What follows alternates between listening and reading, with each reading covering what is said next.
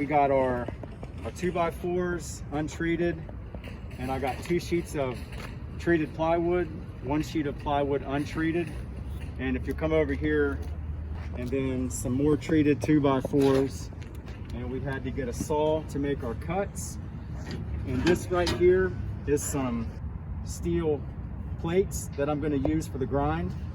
So 3 of these all together, that's 16 foot. And these will go on the corner like this, and we'll jump up on that and grind.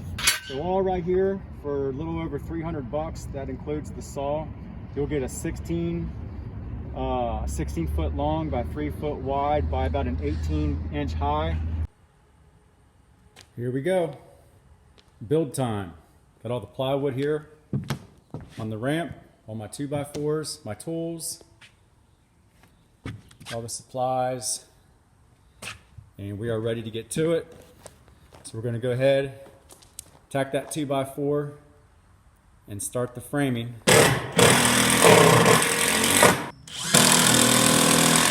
Okay, so this section right here is prone to getting water from the rain blowing in the door. So with this section from here up, we're using treated 2x4s and treated plywood.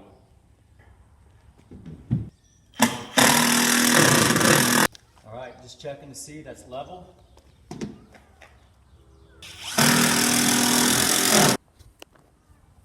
This is what we got. I've downgraded it to 2 feet wide.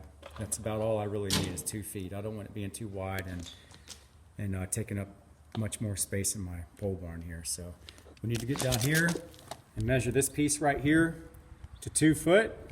And then we're gonna cut the other 2 foot piece for down there at the end of that section right there. All right, we got those 2 pieces cut. And on the ends to finish off that box section. Here's what we got. Now we're going to drill all that in together with screws.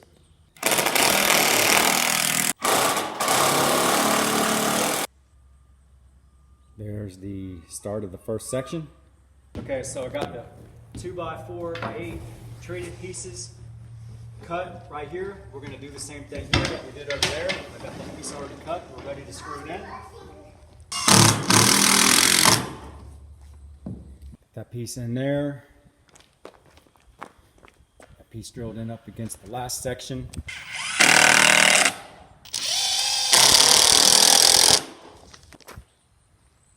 The base there is now done. And get this ball rolling here. Okay, so now I got to figure out how high will my tires be off the ground, or how high do I have to pull up to get onto it. So I see an area down here. Now I'm going to grab one of my bikes and we're going to put it up on that and see about how high that is off the ground. So when I put the pegs on here like this, there's the pegs. That's how high the bike is off the ground. And I came down here and measured that, and that's 16 inches. So I need to decide how high by looking at this. That's a pretty decent jump right there for a grind. I don't want it too low, I don't want it too high. So I've decided that I'm going to go 16.5 inches. Okay, I did the math and I cut those studs right there at the appropriate length so that when they're installed in there inside that frame and everything is framed and the plywood is on top, that it'll be 16.5 inches. So we're going to go ahead and tack in the rest of those into the frame there.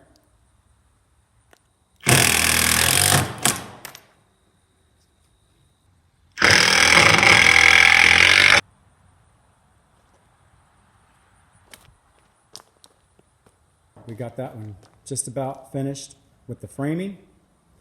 Got to put some cross pieces right there and we should be ready to go. And then we got to come over here and hit the treated section.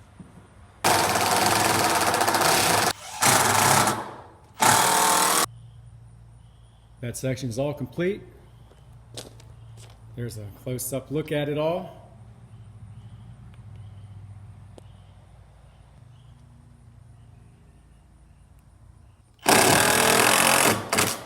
Working on this second section here. Almost done with it. What do you guys think about this action? Woo! Starting to come together. I got that top piece measured and sitting on there. The other top piece right there, we're going to sit on top of that part. And then we're going to drive those home so that the top rails are on.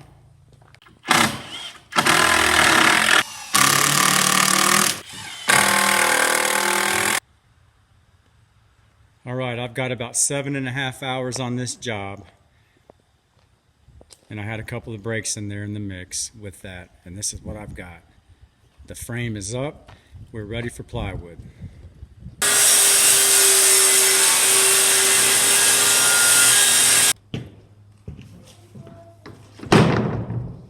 Okay, so now we're going to rip the treated section to 2 feet.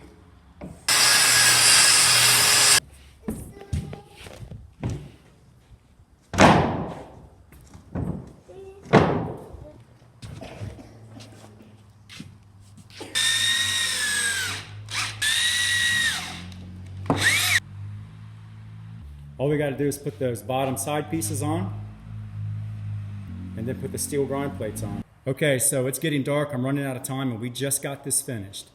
So I ripped the 2 bottom pieces and Xander is holding them in place. All we got to do is tack them in with the screws, and then we're going to put the metal plates right there, the grind plates, on, and we'll come out tomorrow in the daylight and drill those home. All right, here we are, next day. Early in the morning, and there's the steel sheathing, and I have that sitting on there just for looks to see what that's going to be like, what it's going to offer us for grinds. All I got to do is drill holes into those plates and drill them home. I have a drill bit right here that will go into iron and steel. Those are the screws that we've been using for the construction of this ramp. We're going to finish this off today and get the bike up there and see what it feels like. So what I did is I drilled holes through these in 3 spots along the bottom here, and I'm driving in a screw to put them in place all the way through there into a stud.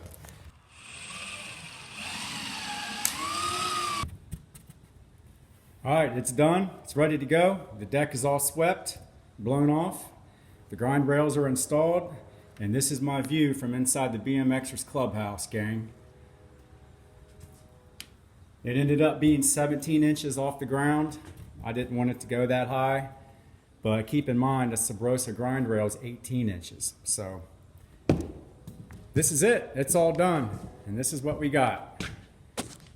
Here at Generation of BMX, his pole barn, his fantasy factory, his ramp, his mini ramp, with the new flat over there where my bike is sitting. That's it. This is what we got. What do you guys think? Leave your comments there in the comments section. If I'm stupid for doing all this, just let me know. If this is a waste of space and a big pole barn, you guys just let me know and I'll tear it all down. All right? I'm stoked. If I was a kid back when I was 16 and I knew that I was going to have this someday, I would have crapped my pants. So this is part 2 of 2 of this video series, BMX mini ramp add-on. And I hope to see you guys in the next video. Please like the video and please hit that subscribe button. I'm having a lot of fun doing this along the way, and I hope you guys like what you're seeing.